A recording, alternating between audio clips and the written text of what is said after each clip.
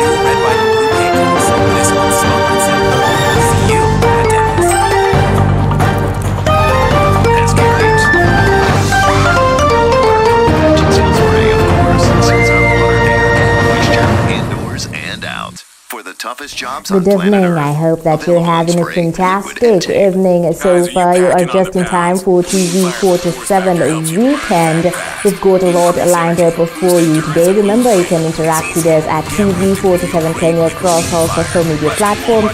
But first, let's take a look at the highlights. Support your favorite college at FedEx.com. Tonight, chaos witnessed in Zimmerman area over missing children. 36 cases of summary executions documented in the past 6 months. Also, Jakoyo Midiwo laid to rest as BBI politics dominate his burial ceremony.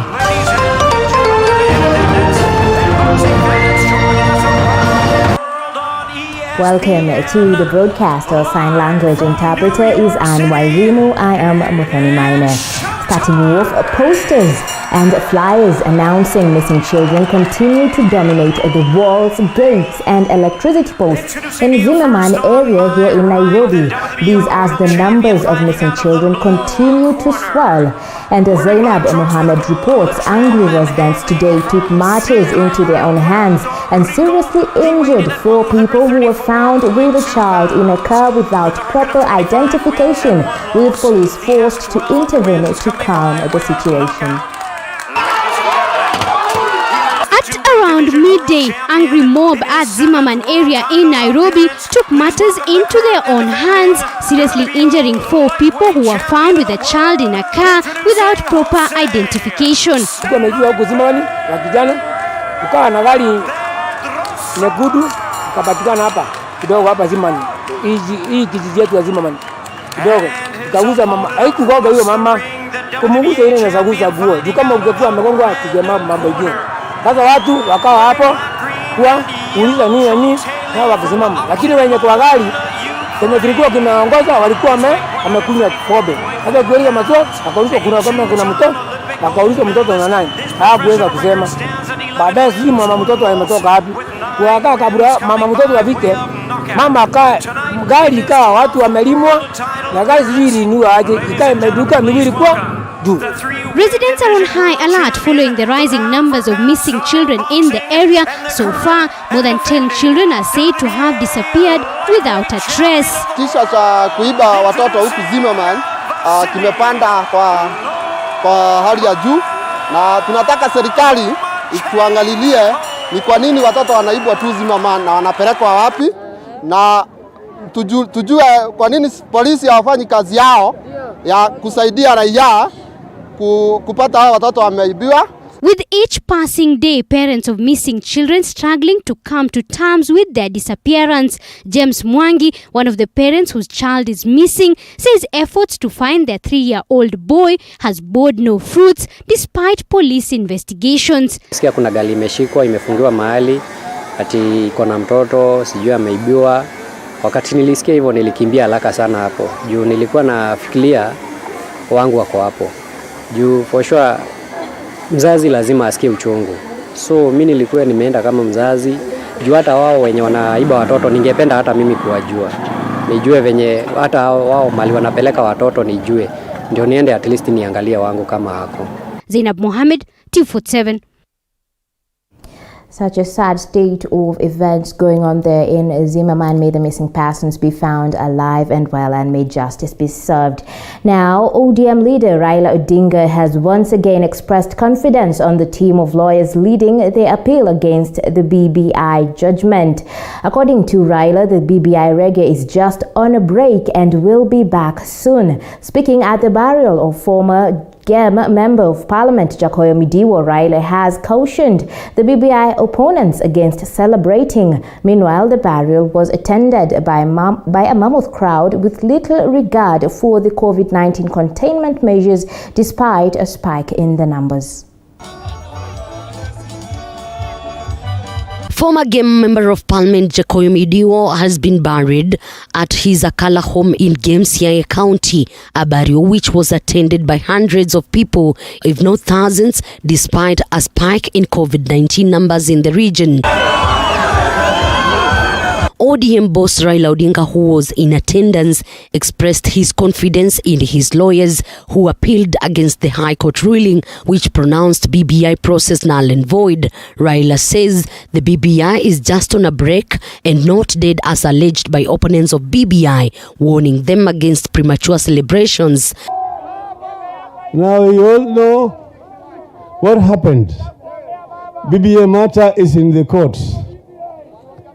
But then we have our team of lawyers, led by none other than the Senator of Siaya, James Agiro Orengo. We are confident that through this competent team, we are going to succeed. That BBI is going to move forward. Majority of leaders who attended the burial eulogized Midiwo as a leader who championed good leadership and policies which would transform the nation. I remember as MP for Saboti, I brought a question during Prime Minister's question time. And I asked the Right Honorable Raila Odinga, as the second Prime Minister of Kenya, about the issue of kazi kwa vijana, whether he was aware that it was kazi kwa vijana lakini pesa kwa wazee. I remember Jacoyo took me on head on. That afternoon was very rough. And when we left the chamber, I said, Jacoyo, I thought you were my friend. Then he told me, Eugene, I'm your friend, but when you touch Baba, that is where our friendship ends. Further, a clarion call was made to the Nyanza leaders to accord support to the family of the late Jacoyo Midiwo, who was a loyal member of the ODM party. Ambayo Otada alisimama na sisi na ile imani alikuwa nayo. So familia Otada, sisi wengine ambaye tumebaki na ambayo Otada ameshika, tutataka tushikane na nyinyi, haswa watoto wa Otada. They say a good name is better than bags of gold. Fare thee well, Jacoyo Midiwo. Elizabeth Mutuko, TV47. Moving on, Kenya today observed the International Day Against Drug Abuse and Illicit Trafficking, with the Deputy President William Ruto affirming government's commitment in the war against illicit drugs in the country. These as the county government were urged to set up treatment and rehabilitation centers. Speaking in Karen here in Nairobi, the Deputy President said the government will continue to complement the private sector's effort in the war against drug abuse, noting that the Ministry of Health is working towards laying the foundation of the rehabilitation endowment in order to enhance easier access for more Kenyans who are incapacitated. As an umbrella organization, APRAC will bring together individuals, professional organizations, and facility operators to coordinate and enhance national focus on the prevention of addiction and rehabilitation of persons with alcohol and other drug addictions. Government looks forward to partnering with you and other stakeholders in accomplishing these tremendous tasks.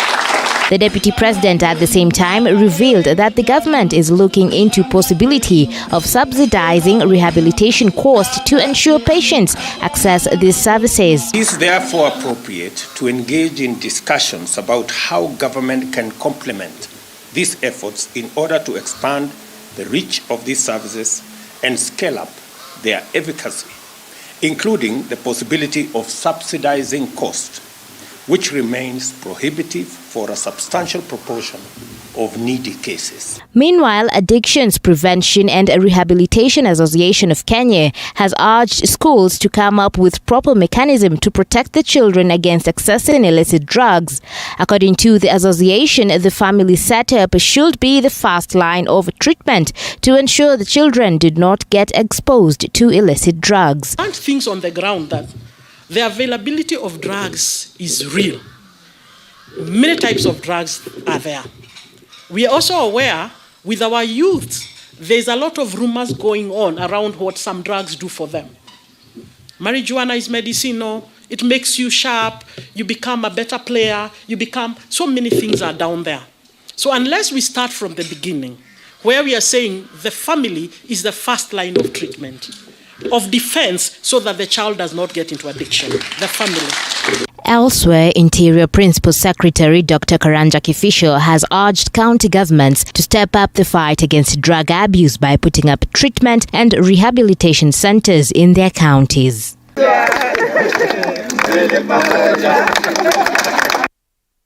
Moving on, the National Council of Churches of Kenya, NCCK, is now proposing that the constitutional amendment process be postponed until after next year's general election, regardless of the Court of Appeal's decision. Further, the council has cast doubt on IEBC's preparedness to conduct the polls. NCCK sentiments come just days after the IEBC's acting CEO, Marjan Hussein, revealed the electoral body lacks resources to conduct the elections. Josh Ansari reports. The double-speak by the electoral body IEBC on its preparedness for the 2022 general election has continued to elicit mixed reactions, with the National Council of Churches of Kenya now raising concerns on the same. NCCK has called on IEBC commissioners to resign if they are not ready to conduct the upcoming elections.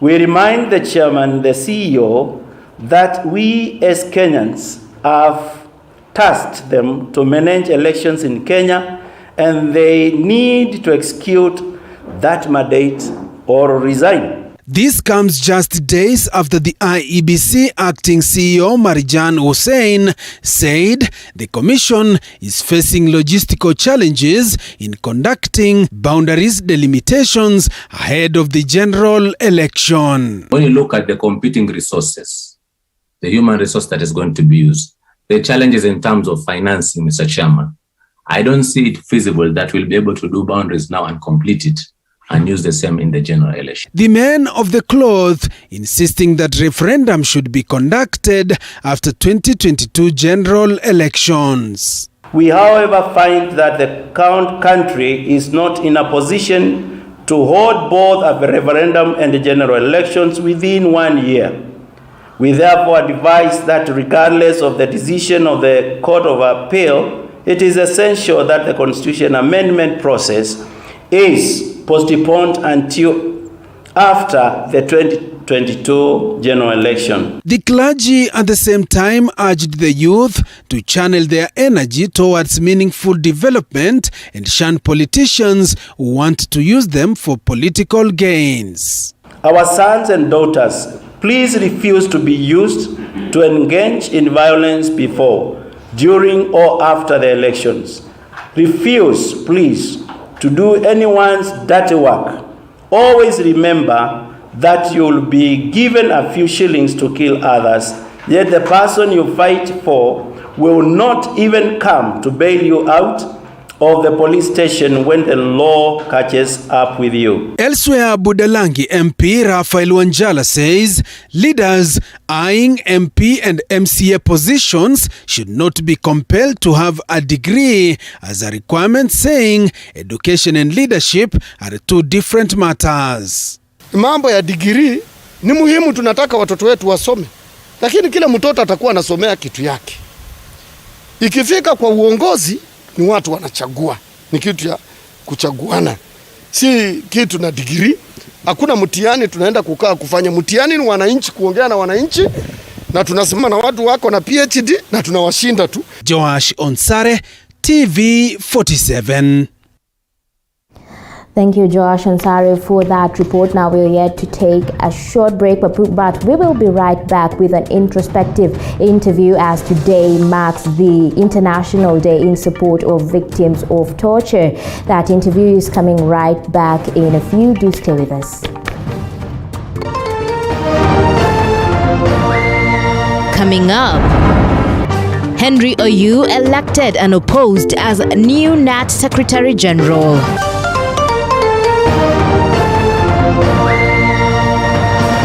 You are watching TV 47, the home of Untold Global Precast Panels, we have the best quality, durable and affordable precast panels to suit all your needs. Manufactured under a controlled environment, we have the best precast concrete panels, precast concrete floor slabs, precast concrete perimeter wall, precast concrete columns and beams. Our panels reduce construction cost by up to 40% with absolutely no plaster required, including added soundproof benefits, convenient four-story buildings, schools, offices, residential houses, hospitals, and warehouses. Take advantage of our free transport. Contact us on 0702 24 7267 or 0796 24 7267. Global Precast Panels Limited, your reliable option for efficient construction. These are the sights and sounds. There are no shortages to remarkable ideas.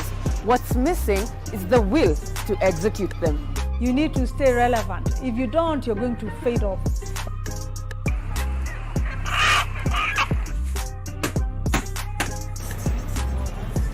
Yes, they are a dime in a dozen, but the real meat on these bones comes from trying to realize them.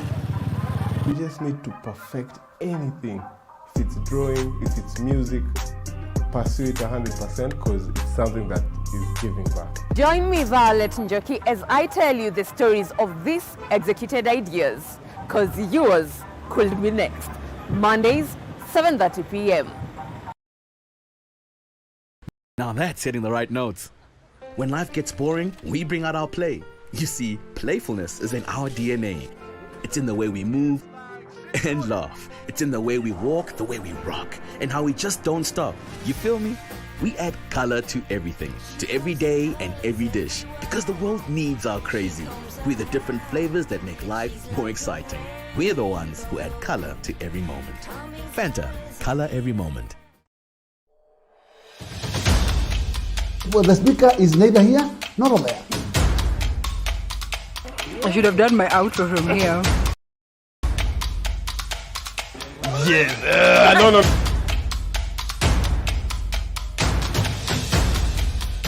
And we're just like that. I look beautiful. Tune in to Morning Cafe, Mondays to Fridays from 6 a.m. to 9 a.m. with me, Linda Alela, only on TV47, the home of Untold Stories.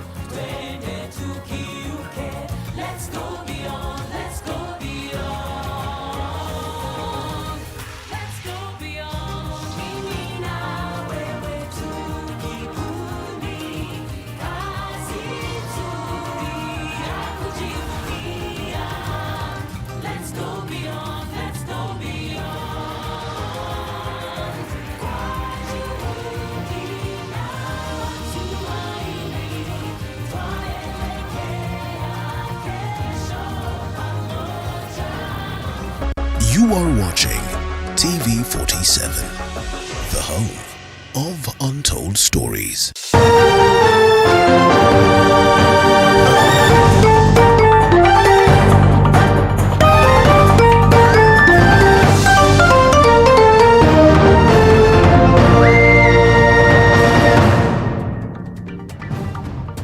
Welcome back to the broadcast. Now, cases of summary executions and enforced disappearances by the police have increased significantly since President Uhuru Kenyatta ordered the first nationwide curfew in March 2020. And as Daniel Masitza reports, 59 cases of brutality and violence have been documented in the last 6 months, with police service named as the main perpetrators. Speaking in Nairobi during the celebrations to mark International Day in support of victims of torture, the Independent Medical Legal Unit Executive Director Peter Kiama said they documented 59 cases of brutality and violence from 1st January and 23rd June 2021, with some of the victims narrating their ordeals. Sasa kutoka kuangalia nini inaendelea ndio nikapata raia na mapolisi. Sasa ile kusimama nikiangalia ndio nilistukia nimegongwa na bullet. Among the 59 cases documented, 36 were summary executions, 5 of them died in police custody, and 8 were enforced disappearances, an increase from 2020 when 2 cases of enforced disappearances were recorded. And you have seen a pattern where we are told the suspect hung himself or herself in the police cell. The question we have been asking is, which police cell has only one person in custody overnight? According to IMLU, torture by the police is widespread across the counties, and between 1st January and 23rd June 2021, Nairobi recorded the highest cases at 19. Mombasa recorded 5 cases, Kakamega 3, Murang'a and Nakuru counties recorded 2 cases each, while Kajiado, Nyandarua, Makueni and Busia recorded 1 case each. The message is really that it's critical to maintain civic space, to enable civil society organisations to support victims of torture and hold perpetrators to account. IMLU singled out the National Police Service as the main perpetrators of torture, extrajudicial killings and enforced disappearances out of the 59 cases of brutality and violence documented in 2021. The National Police Service officers orchestrated 36, while the Kenya Defence Forces, Kenya Wildlife Service, Kenya Forest Service and chief officers orchestrated 1 case each. Mtoto wangu Joseph Macharia alipopigwa, hakuweza kusugumza tena, hakuweza kuinuka tena mpaka huo mwaka wote ambaye umeisha mpaka wa leo. Joseph Macharia ambapo ameniacha Jumamosi iliyopita. This comes amid increasing cases of disappearance with majority found dead. Daniel Masiza, TV47. Thank you, Masitza, for that report. Now, as we mark World Day Against Torture today, we pay our respects to those who have endured the unimaginable. Tonight, I am joined by Livingstone Nyando, a program officer in advocacy and security sector reforms in liaison with the Independent Medical Legal Unit, IMLU. The hashtag to use is victims of torture, hashtag TV47 weekend. Welcome, sir. Okay, now I would like you to elaborate to us as what contributes to torture. What does torture mean in the context of human rights? Thank you very much. Thank you very much for this opportunity. Really appreciate for this as an organization as IMLU. That we are actually, our vision is to have a world free from torture, violence, and any other degrading treatment. So, as torture is defined by different statutes, but currently today, as in Kenya, we are using the Prevention of Torture Act 2017 that defines torture as an act that inflicts pain, severe pain that is, and that pain can be physical or mental or psychological to a person with an objective of obtaining information, or maybe just trying to get information or confession from someone. So that's actually what attributes to torture. And it's supposed to be done by a public officer or someone acting for a public officer. So when that happens, and most of the time it's done by the police in Kenya and other forces, maybe like look at the Kenya KWS and others, for instance. Thank you. So who are the most victims of torture? Torture currently takes different forms. Before it used to be faces of human rights activists, those kind of liberty lawyers and all those kind of people who are fighting for, those who are being tortured. But currently it has changed. The face has changed. Currently is people who are poverty-stricken from those slum areas, informal settlement. These young people, you understand. So mostly it's been affecting very young people. There is a lot of connection between poverty and torture. So most people that are tortured are people from like a low-income settlement. So according to us, and most of them are young men, for instance, that we are losing through torture and other degrading treatment. Like you see in our report that talks about 59. That's from January to 23rd of this month. That's half year, basically. So we're having 29 people who've lost their lives through torture. That's what we've documented. It is a worrying number. And those are those that we've documented, because we also have situations that those people that have not been documented, they're quite a number. The number can be even more higher if you look at the cases that have never been documented. So it's something that is worrying as a country. And the most surprising thing is that torture is outlawed even by our constitution. You know, like when you look at Article 29 of our constitution, outlaws torture and any other inhuman, cruel and degrading treatment. Yeah. And we also, the international laws also outlaws it. When you look at Universal Declaration against on Human Rights, outlaws torture. When you look at the Convention Against Torture, which Kenya is a signatory to that treaty. And Kenya being a signatory means that we are supposed to be party to that, and we're supposed to be accountable to those issues. We're supposed to follow that. When you look at Article 2 of our constitution, we've adopted all international laws are part of Kenyan laws. So basically we also guided by those kind of laws. So it's surprising that this age and time, torture is still rampant in our country. And when you look at it, the cases that we've documented since 2013 until now are 982. That's barely short of 18 cases to be 1,000 cases just from 2013. So each and every year. Last year we had 122 cases, you understand. This year alone, halfway, we are 59. So it's a worrying trend, I'll say. Yeah. With that a summary of numbers so far, so who are the highest perpetrators when it comes to torture, and why is it so? Alleged perpetrators mostly are the police. The police are major culprits perpetrators when it comes to torture. Like when you look at it, out of the 59, 36 of them are police perpetrated. And the most surprising thing is that others are dying in police custody. You know, like where you think you're very safe. 5 of them actually, from the 59, those are death in custody. So it's something that is worrying. A place that you feel that this place is supposed to be very safe is a place that is worrying trend. And something that I need to communicate to maybe our police officers is that, you know, like, you can never get impunity or amnesty from torture when you're convicted against torture, when you're convicted for torture. So there's no amnesty. Unlike other forms of conviction. So and then you can't also have. There's no any other excuse for torturing someone. So you can say you're sent by your boss. And the law protects officers who refuse to take instructions to torture someone. So you cannot be prosecuted for refusing to torture someone, for refusing to take those instructions, for refusing to take orders from your senior or superior. So you're actually protected by the law. So that's something that they need to know. And that's something that we always tell them, something that we always try and create advocacy and let them know that they should not just obey laws, because they'll be held responsible, like liably responsible, individually responsible. That is, so nothing will protect them when they indulge in torturing someone. So the numbers have a reason with the advent of COVID-19. So is there any correlation with the recent pandemic? Yeah, very true. Like when you look at it last year, when these measures were put in place in March,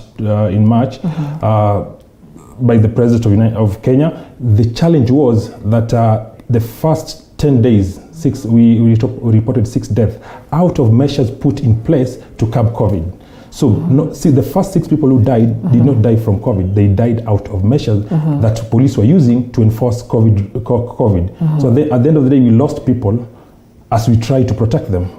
In course that protect them in course. So looking at it, you're saying that our way and our overzealous police have gone out of their way to actually cause harm instead of protecting our people. So that's something that we need to look at. If we are enforcing these measures, how do we enforce them in a humane way that we're not harming people instead, so that it becomes counterproductive? You know, when you look at our report, most people are putting on masks not because they want to protect themselves from COVID, but because of the fear of the police. So at the end of the day, it becomes counterproductive.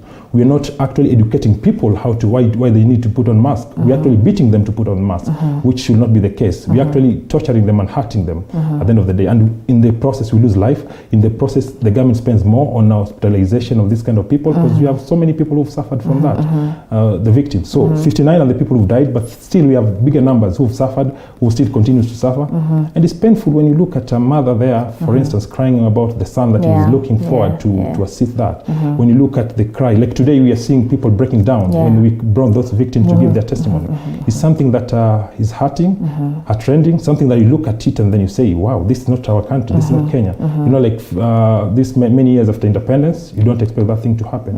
And with this new constitution, it's not new anyway, because 2010 Constitution, we expect things to have changed. We expect professionalism within our police force and our police service, that is not a force. We expect them to professionalize their work. All right, I'll cut you short right there. We're yet to take another short break. We will be right back with more on the victims of torture.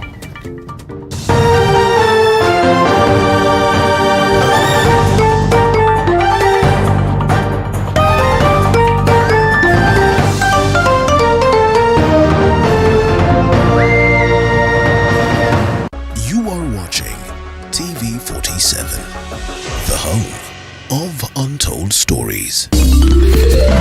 Global precast panels. We have the best quality, durable and affordable precast panels to suit all your needs. Manufactured under a controlled environment, we have the best precast concrete panels, precast concrete floor slabs, precast concrete perimeter wall, precast concrete columns and beams. Our panels reduce construction cost by up to 40% with absolutely no plaster required, including added soundproof benefits. Convenient four-story buildings, schools, offices, residential houses, hospitals, and warehouses. Take advantage of our free transport. Contact us on 0702 24 7267 or 0796 24 7267.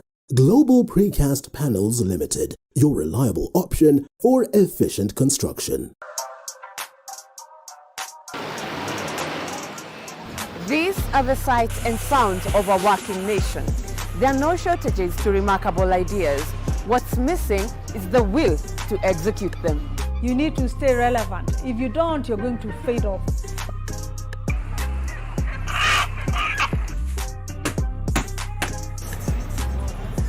Yes, they are a dime in a dozen, but the real meat on these bones comes from trying to realize them. You just need to perfect anything. If it's drawing, if it's music, pursue it 100% because it's something that is giving back. Join me, Violet Njoki, as I tell you the stories of these executed ideas, because yours could be next. Mondays, 7:30 p.m. Hey, now that's hitting the right notes. When life gets boring, we bring out our play. You see, playfulness is in our DNA. It's in the way we move and laugh. It's in the way we walk, the way we rock, and how we just don't stop. You feel me? We add color to everything, to every day and every dish, because the world needs our crazy. We're the different flavors that make life more exciting. We're the ones who add color to every moment. Fanta, color every moment. Well, the speaker is neither here nor there. I should have done my outro from here. Yeah, no.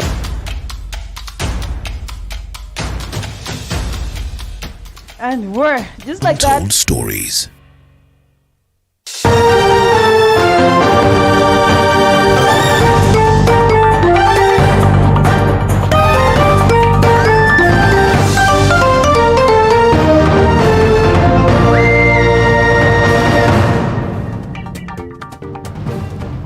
Welcome back. Now, remember today the world is marking the World's Day Against Torture. I'm joined by Livingston Nyando, a program officer in advocacy and security sector reforms. And now, Nyando, with torture and alleged murder, does the state have a hand in the cases related to murder?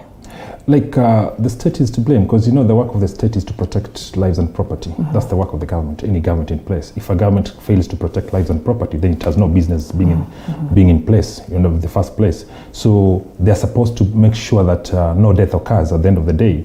And then we have the police, which is supposed to be an independent organ based under our constitutional dispensation. So the state are supposed to protect. So most of these deaths that are happening, they have a bigger hand to play. So either by commission or omission, for instance, because you look at it for this torture, that's how it happens. People want to get some kind of information from the victim, for instance. And it's taking the law. People are taking the law in their hand. They're forgetting that you have justice system. Like if the police can be the people who arrest you, the people who sentence you, and the people who execute you, then we don't need other organs in the place. We don't need the cost. We don't need the office of Director of Public Prosecutions. We don't need any. We don't need the office. We don't need the prisons. We don't need the judiciary. So like anybody, like anybody is a suspect. You are a suspect. And the law, what the law assumes is that anybody is innocent until proven guilty. So you're just a suspect. So any person deserves his day in court. All suspects deserve their day in court. They're supposed to. People have to adduce evidence in the court of law. You're supposed to produce that. You're supposed to prosecute that person. And once the court is satisfied that an offense has been committed and it links to that person, then that person will be sentenced or convicted just as per the law requires. And that's how it's supposed to be. But if you allow the police to be taking the law into their hands, then that's we lose our democracy. Then we lose that kind of the constitutional way and the human rights protection, and then everybody take the law on their own hands. So that's what you want to avoid. You want to avoid lawlessness. You want to follow the law. That's why you have these structures that are actually embedded in our constitution, and the constitution is the supreme law of the land. So that there is no any law that can contradict the constitution. If any law that contravenes the constitution then becomes null and void to the extent of that inconsistency. So all laws have to be consistent. And the constitution provides that everybody has a right to life. Everybody has a freedom from torture. You're not supposed to be tortured. You're supposed to have those civil liberties that are guaranteed in the Bills of Rights and in the Constitution. So, our Constitution is broad. So there's need to look at those kind of things. So we need to safeguard that. So the government plays a bigger role. Because when you look at that. And another thing that I need to say that we lack also independence of the police. The Constitution requires that independence, but it's not being guaranteed the way it's supposed to be. Currently, for instance, the budget of the police, and I'll love to speak about this because the police budget, for instance, it's under the accounting officer should be the Inspector General. In this case, it's not. It's the PS and the Minister of Interior. So at the end of the day, the allocation of resources should be adequate.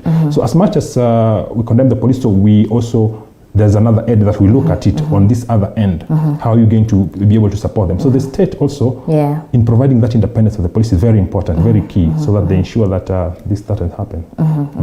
All right. Since time is not by our side, thank you so much for making time for us and giving that as an introspect on what torture is all about, and the perpetrators and the victims as well. Thank you so much for your time, Langston. Thank you very much for having me. I'll be blessed. All right. Thank you. All right. Now moving on, the measles rubella vaccination campaign has entered its second day with thousands of children throughout the country immunized to boost their immunity against measles rubella. Boniface Baraza with the details. It is at the Scheme Motor Village in Endebe Sub-County in Trans Nzoia County. Health officers have visited the area to administer the vaccine to children. Residents have welcomed the move, with majority ensuring their children get the jab. Nimeleta mtoto ako na 10 month. Nimeleta kwa chanjo ya measles na rubella. Alichanjwa for the first time ya 9 month na nimemleta tena for 10 month. The lead doctor, Cynthia Shivachi, has sensitized residents on the importance of vaccinating their children. This child will easily develop pneumonia and other complications that will arise from bacterial infection, including even meningitis. Yes, and in the worst of scenarios, we can have death from these infections. Measles is one of the diseases that presents with fever. It affects the whole body. The child develops rash, and it depletes a lot of vitamin A in the body. And vitamin A is very important for the children in terms of the development and the health of the eye. In the county of Turkana, the pastoral community has been urged to embrace the vaccination to protect their children against the measles, which has been ranked as the third cause of death among the children in the country.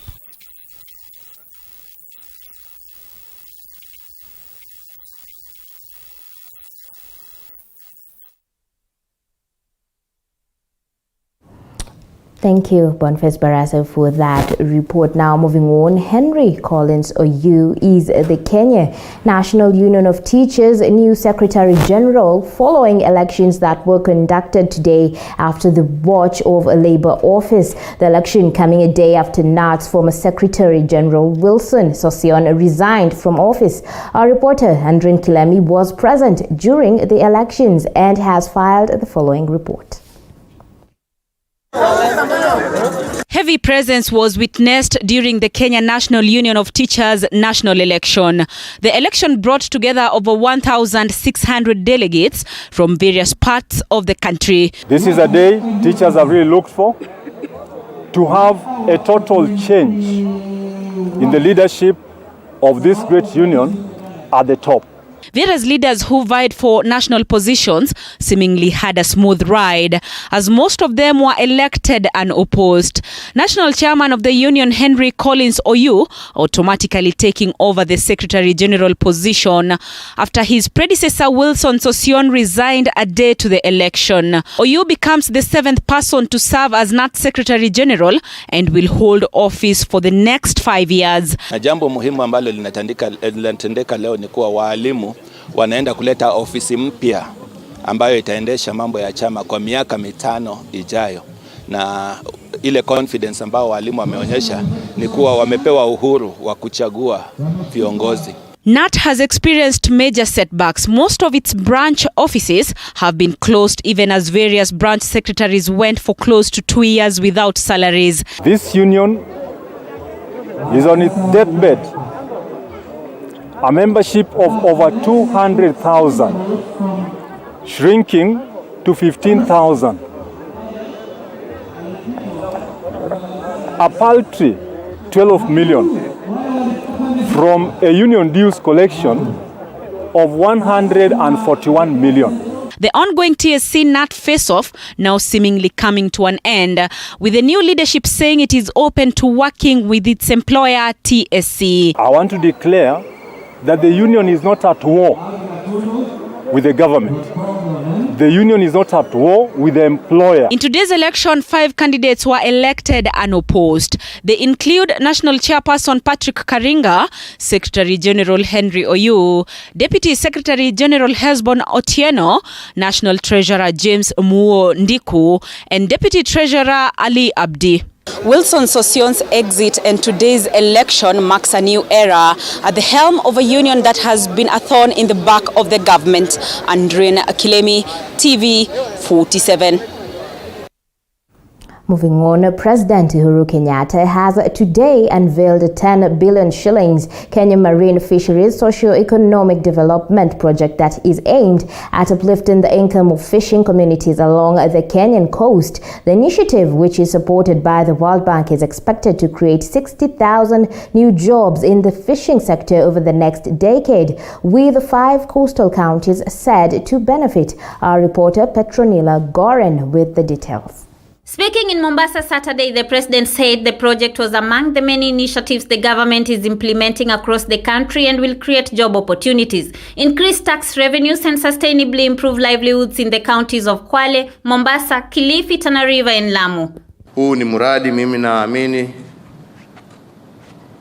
ukitimizwa kulingana na vile design yake ilivyo, utaweza kuinua hali ya maisha ya wananchi wetu wengi, haswa wakina mama na vijana wa hapa pwani.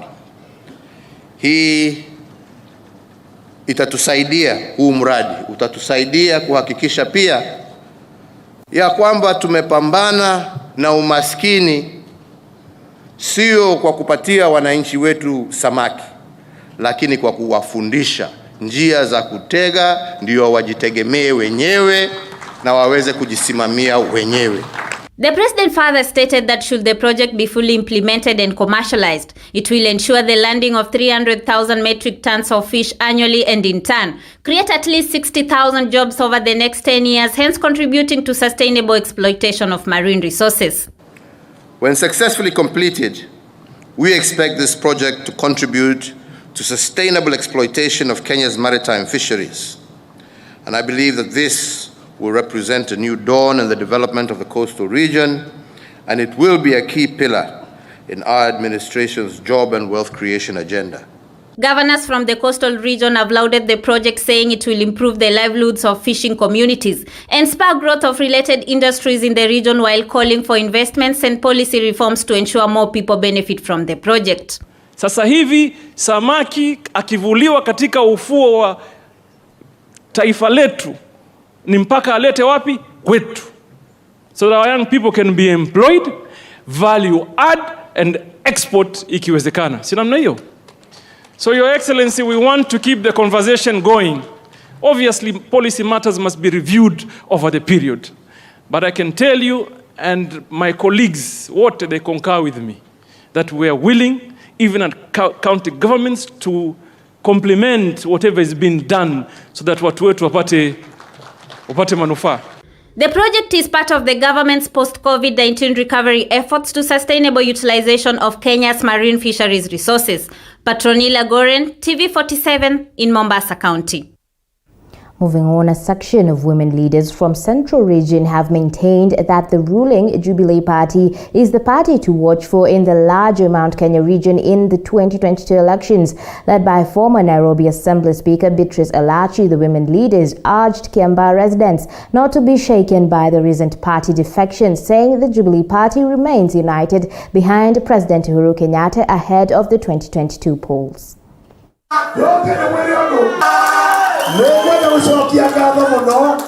Nataka kusema chama ya Jubilee iko imara.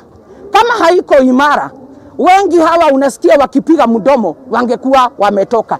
Venye tu tutafanya ni kuonyesha tu bado Jubilee tunaendelea. Because you've heard maybe we are joining with ODM.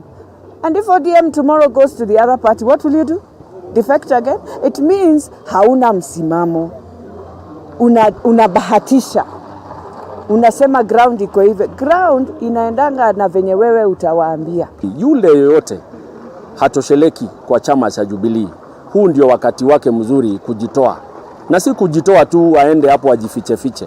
Ajitoe, apeane barua. On to matters held as the civil society organizations in Busia County have urged the government to prioritize investment in mental health by putting up rehabilitation centers in the county. According to the Walk to a Healthy Life organization, the number of mental health patients has increased dramatically, and the organization is now appealing to the government to intervene.